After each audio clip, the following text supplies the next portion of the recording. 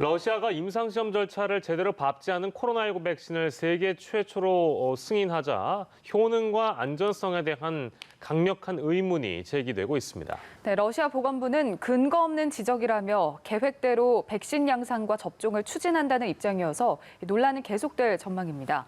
밤사이 들어온 글로벌 뉴스 김지수 기자와 살펴봅니다. 어서 오십시오. 안녕하세요. 네. 파장이 큽니다. 세계보건기구도 안전성과 효능에 대해서 검토가 필요하다. 이게 어제 이제 저희 전달해 주신 내용이잖아요.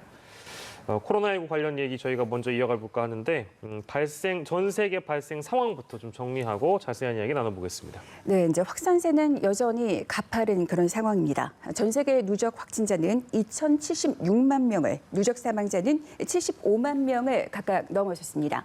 오늘 오전 8시 통계 사이트 월드 오미터 기준입니다. 미국이 535만여 명으로 확진자가 가장 많고 브라질 316만여 명, 인도 239만여 명 등의 순입니다. 러시아가 3차 임상시험을 실시하지 않은 코로나19 백신을 세계 최초로 승인하자 각국 의학계가 우려하고 있습니다. 러시아 백신의 경우 수가 불과 수십 명을 대상으로 임상시험이 진행된 데다 그 결과도 공개되지 않다 보니 효능과 안전성 모두 검증할 수 없다는 게 전문가들의 대체적인 지적입니다. 당장 러시아 안에서도 경고가 나왔습니다. 러시아 임상시험기구 연합은 위험성을 지적하며 임상시험이 완료될 때까지 승인을 유예하라고 촉구했습니다. 미국에서 코로나19 대응을 이끌고 있는 앤서니 파우치 미 국립 알레르기 감염병 연구소장은 백신이 안전하고 효과가 있다고 그런 것을 러시아가 입증했는지 의문스럽다고 지적했습니다. 그리고 백신의 지속력에 대한 의문도 나왔습니다. 러시아 보건부는 이번 백신이 최대 2년간 코로나 바이러스에 대한 대항력을 제공할 것이라고 전망했습니다. 그러나 AP통신은 백신 후보 물질의 효과성이 입증된 뒤에 지속성까지 증명되는 데는 시간이 더 소요된다는 게 세계 과학자들의 지적이라고 전했습니다. 러시아는 러시아 내 2,000명을 비롯해 아랍에미리트와 사우디, 브라질, 멕시코 등에서 3차 임상시험을 진행하겠다고 밝혔습니다. 하지만 여기서도 논란이 큽니다. 3차 임상시험에 착수한 다른 백신들은 모두 3만 명 이상이 시험 대상이었다는 점에서 러시아의 임상시험의 규모가 작기 때문입니다. 네, 각국 의학계 우려가 이어지고 있는데 여기에 대한 러시아 당국의 입장은 어떻습니까? 네, 러시아 보건부는 이에 대해서 전혀 근거가 없다고 주장을 했습니다. 미하일 보건부 장관은 외국의 동료들이 경쟁심을 느끼면서 근거 없는 견해를 밝히고 있다며 러시아 백신은 일정한 임상 지식과 자료를 확보한 것이라고 강조했습니다. 이런 가운데 러시아에서 코로나19 하루 신규 확진자는 3주일 이상 5천 명 안팎 규모로 발생하고 있습니다. 누적 사망자는 90만 명을 넘어서 세계에서 네 번째로 많은 상황입니다. 전문가들은 방역 조치가 크게 완화된 가운데 주민들이 마스크 착용, 사회적 거리 두기를 제대로 지키지 않고 있다고 지적을 했습니다. 그리고 흡연하는 사람들이 코로나19에 더 쉽게 감염되거나 감염된 후에 위험해질 가능성도 더 크다는 건 이미 알려졌습니다. 그런데 흡연하는 젊은이들이 또래에 비해 코로나19에 걸릴 가능성이 무려 5배 이상 높다는 연구 결과가 나와서 주목되고 있습니다.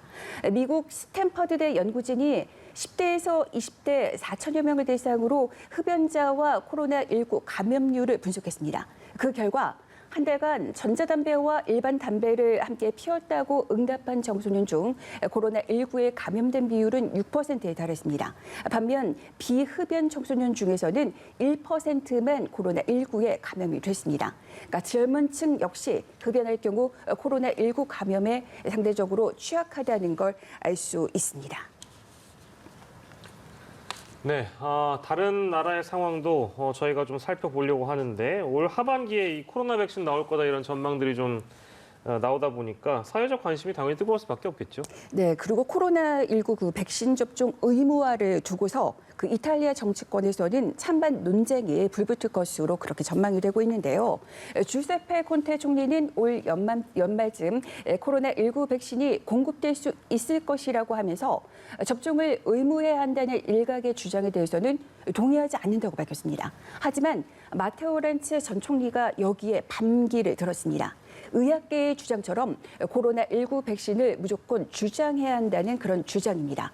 그리고 독일 보건당국은 코로나19 백신이 올 가을에 개발될 수 있으나 코로나19 통제에는 오랜 시간이 걸릴 수 있다고 밝혔습니다. 코로나19의 돌연변이로 백신의 효과가 제한적일 수 있는 데다 면역 기간도 짧을 수 있다고 보는 겁니다. 독일에서 신규 확진자는 최근 석 달간 최고치를 기록하며 재확산에 대한 우려가 점점 커지고 있습니다. 12일 하루 신규 확진자는 1,200명대로 증가했는데 5월 9일 이후 가장 높은 수치입니다. 독일에서는 최근 휴가철을 맞으면서 코로나19가 재확산하고 있습니다. 스위스에서도 코로나19가 재확산하는 가운데 연방정부가 대규모 행사를 허용하기로 해서 우려가 나오고 있습니다.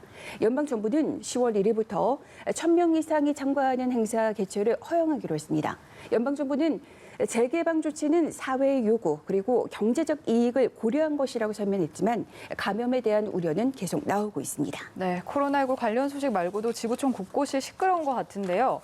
옛 소련에서 독립한 동유럽 국가 벨라루스의 루카셴코 대통령이 그러니까 94년부터 26년간 대통령을 지내게 됐습니다. 연임에 성공을 했는데 루카셴코 대통령의 장기 집권에 반대하는 시위가 벨라루스에서 계속해서 이어지고 있다고요? 네, 맞습니다.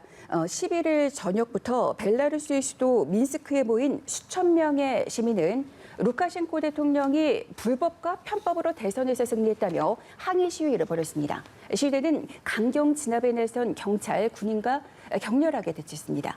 벨라루스 내무부는 이날 새벽까지 이어진 시위에서 1,000명 이상이 체포됐으며 일부 경찰과 군인이 다쳤다고 밝혔습니다. 루카셴코 대통령은 12일 국가안보회의를 개최하고 상황을 볼 때 권력기관, 특히 국가안보회의의 앞에 놓인 가장 중요한 과제는 국민의 안전 확보, 그리고 헌정 질서 수호라면서 강력한 시위 진압을 주문했습니다. 그 야권에서 시위는 선거 무효를 주장하다 인접국인 리투아니아로 갑자기 출국한 야권 후보가 사실상 추방된 것으로 알려지면서 격화했습니다. 유럽연합 EU도 벨라루스 대선의 공정성을 문제 삼으며 제재 복원을 시사했습니다. EU는 벨라루스의 대선이 자유롭지도 공정하지도 않았다면서 폭력과 부당한 체포 및 선거 결과 조작에 책임이 있는 이들을 처벌할 수 있다고 경고했습니다. 앞서 EU는 루카셴코 정권 연계 인사에 대한 제재를 확대한 바 있습니다. 예, 그렇군요. 마지막으로 짚어볼 소식은 중국이 반발할 만한 그런 내용인데요. 미국과 중국은 뭐 요즘에 각 분야에서 다 충돌하고 있기 때문에 근데 미국의 최고위급 인사가 대만 방문을 강행해서 이 미중 관계에 논란이 되고 있는 상황인데 어떤 행보를 보였길래 중국이 좀 자극받을 만한 사안일까요? 네, 우선 그 앨릭스 에이자 미국 보건복지부 장관이 12일에 대만의 민주주의의 지도자인 리덩후이 전 총통의 분향소를 찾아서 추모를 했습니다. 대만을 방문한 에이자 장관은 3박 4일 대만 방문 마지막 날을 맞아 리 전 총통의 분향소를 방문하고 리 전 총통의 민주주의 유산은 미국과 대만 관계를 영원히 앞으로 나아가게 할 것이라는 추모 메시지를 남겼습니다. 1988년에서 2000년 대만 총통을 지낸 리덩후이는 재임 시절 국민당 독재를 끝내고 다당제 그리고 총통 직선제를 도입해 미스터 민주주의라는 그런 평가를 받았습니다. 에이자 장관은 차이잉원 총통을 만나 리 전 총통은 대만 민주주의의 아버지인 동시에 20세기 전 세계 민주주의의 중요한 지도자라고 말했습니다. 중국 보건당국은 미중 간 보건 협력에 심각한 손해가 된다며 엄중히 경고했습니다. 중국의 보건당국은 대만과 단교한 후 미국 최고위급 인사의 대만 방문과 관련해서 미국의 행동은 이미 미중 간 보건 협력에 심각한 손해를 끼쳤다고 맹비난했습니다. 네, 오늘도 다양한 글로벌 뉴스 김지수 기자와 함께 알아봤습니다. 고맙습니다. 고맙습니다.